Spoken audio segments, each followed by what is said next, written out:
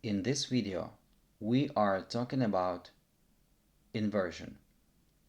Usually, the subject comes first in the sentence and then the predicate. This is direct word order. In the case of inversion, we need to swap the subject and the predicate. I am, we change to am I. Let's conjugate personal pronouns with different forms of the present tense. Am I? Are you? Are we? Are they? Is he?